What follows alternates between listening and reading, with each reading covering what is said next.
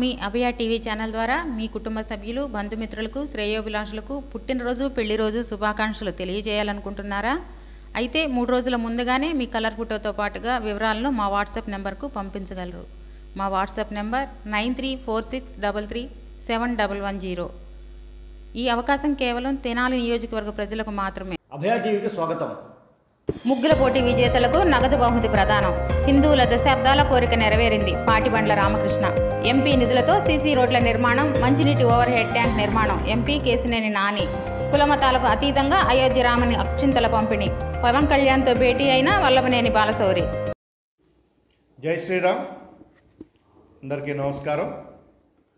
రేపు అంటే 22వ తారీఖు హిందువుల అందరి శతాబ్దాల కోరిక. మనందరం ఏదైతే రాముడు నడయాడిన భూమి, ఇది రాముడి యొక్క దేశం, మనందరం రాముని వారసులం అని భావిస్తాము. అటువంటి రాముడి యొక్క జన్మస్థలమైన అయోధ్యలో శ్రీరామ మందిరాన్ని రేపు శ్రీ నరేంద్ర మోదీ గారి చేతుల మీదుగా రాముడి యొక్క విగ్రహానికి ప్రాణప్రతిష్ఠ కార్యక్రమం జరగబోతూ ఉంది. ఇది నిజంగా మనందరం కూడా చాలా ఆనందిస్తున్న విషయం, అదేవిధంగా ఎంతో గర్వపడాల్సిన విషయం.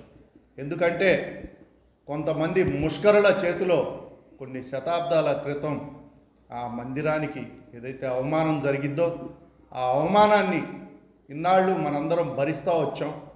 ఈరోజు దేశం తలెత్తుకునేలాగా, గర్వపడేలాగా, యావత్ హిందువులు గర్వించేలాగా మన ప్రధాని శ్రీ నరేంద్ర మోదీ గారు రేపు ఆ విగ్రహానికి ప్రాణప్రతిష్ఠ చేసి మనందరినీ కూడా రాముల వారిని దర్శించుకునే అవకాశం కల్పిస్తూ ఉన్నారు. ఈ సందర్భంగా ప్రధాని శ్రీ నరేంద్ర మోదీ గారికి ప్రత్యేకంగా ధన్యవాదాలు తెలియజేసుకుంటా ఉన్నాను.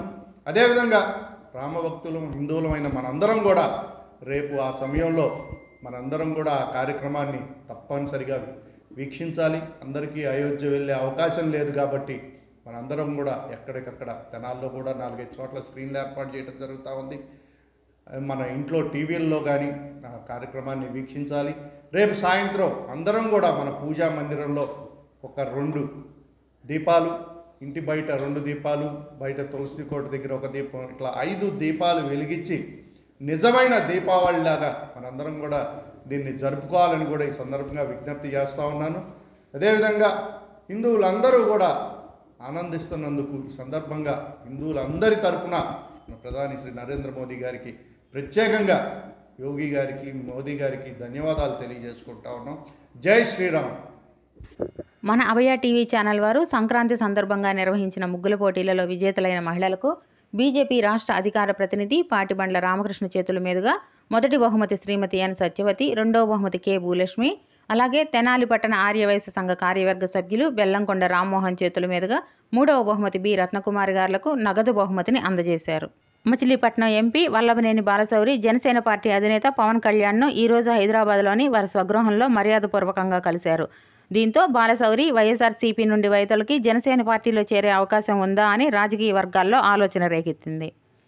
నందిగామ నియోజకవర్గం కంచికిచెర్ల మండలం పెండ్యాల గ్రామంలో శ్రీ కేశినేని నాని ఎంపీ నిధులతో 30 లక్షల రూపాయలతో నిర్మించిన సీసీ రోడ్లు, అలాగే 40 లక్షల రూపాయలతో నిర్మించిన 40,000 లీటర్ల మంచినీటి ఓవర్ హెడ్ ట్యాంకులను ప్రారంభించారు.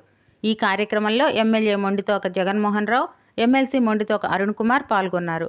ఈ సందర్భంగా పార్టీ కార్యకర్తలు పరిటాల గ్రామం ఆంజనేయ స్వామి దేవాలయం వద్ద నుండి బైక్ ర్యాలీతో నాయకులకు ఘనస్వాగతం పలికారు. ఆంధ్రప్రదేశ్ రాష్ట్ర బీజేపీ అధ్యక్షురాలు శ్రీమతి దగ్గుపాటి పురంధేశ్వరి అనంతపురం పట్టణంలోని చంద్ర రాజేశ్వరరావు కాలనీలో మతాలకు అతీతంగా హిందువులు, ముస్లింలు సమిష్టిగా చేపట్టిన అయోధ్య శ్రీరాముని అక్షింతల పంపిణీ కార్యక్రమాన్ని చేపట్టారు. ప్రతిరోజు రాత్రి 9 గంటలకు వచ్చే మా వార్తలను వీక్షించండి, లైక్ చేయండి, సబ్స్క్రైబ్ చేయండి. నమస్తే, this is Abhaya TV channel.